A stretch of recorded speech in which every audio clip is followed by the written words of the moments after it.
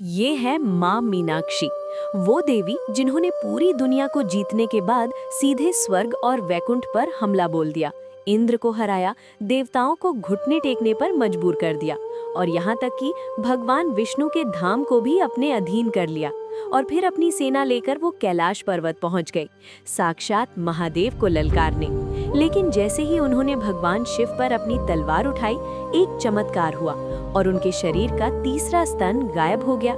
आखिर 3 स्तनों के साथ पैदा होने वाली ये राजकुमारी कौन है और क्यों भगवान शिव को इनसे शादी करने के लिए धरती पर आना पड़ा? कहानी शुरू होती है दक्षिण भारत के पांड्य साम्राज्य से। राजा मलयध्वज की कोई संतान नहीं थी।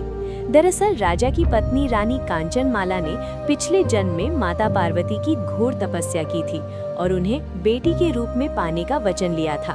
भक्त का वचन निभाने के लिए स्वयं माता पार्वती ने कैलाश छोड़ दिया। राजा ने एक विशाल यज्ञ किया और उसी पवित्र अग्नि से 3 साल की कन्या प्रकट हुई।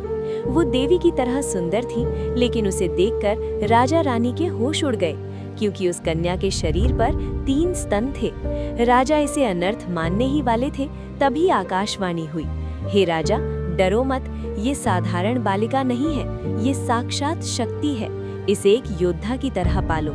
जिस दिन ये अपने होने वाले पति को देख लेगी, इसका तीसरा स्तन अपने आप गायब हो जाएगा। राजा ने उसे बेटों की तरह पाला और उसका नाम रखा मीनाक्षी। पिता की मृत्यु के बाद मीनाक्षी गद्दी पर बैठी। उन्होंने विश्व विजय की यात्रा शुरू की। जो भी राजा सामने आया, वो मीनाक्षी की तलवार के आगे टिक नहीं पाया। धरती जीतने के बाद उन्होंने स्वर्ग पर चढ़ाई की और देवराज इंद्र को भी हरा दिया। उनकी भूख यहीं शांत नहीं हुई। वो अपनी सेना लेकर भगवान विष्णु के धाम वैकुंठ पहुंच गई। वहां भी उनकी शक्ति के आगे कोई नहीं टिक पाया। अब उनके अहंकार की कोई सीमा नहीं थी। उन्होंने सोचा, अब मैं कैलाश को भी जीतकर शिव को अपने अधीन करूंगी। अपनी विशाल सेना लेकर मीनाक्षी कैलाश पर्वत जा पहुंची। नंदी और शिव गणों को हराते हुए वो सीधे महादेव के सामने खड़ी हो गई। मीनाक्षी ने जैसे ही शिवजी पर वार करने के लिए अपनी नजर उठाई, उनकी नजरें महादेव की शांत आंखों से मिली और उसी पल मीनाक्षी का तीसरा स्तन गायब हो गया। उनके हाथ से तलवार छूट गई और वो युद्ध के मैदान में ही शर्म से झुक गईं। भविष्यवाणी सच हो चुकी थी। वो समझ गईं कि ये साधारण योगी नहीं, बल्कि उनके स्वामी हैं।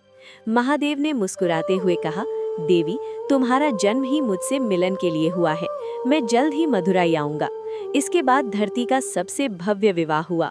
भगवान शिव सुंदरेश्वर बनकर मथुराई आए, स्वयं भगवान विष्णु जो मीनाक्षी के भाई बनकर कन्यादान किया। आज भी मथुराई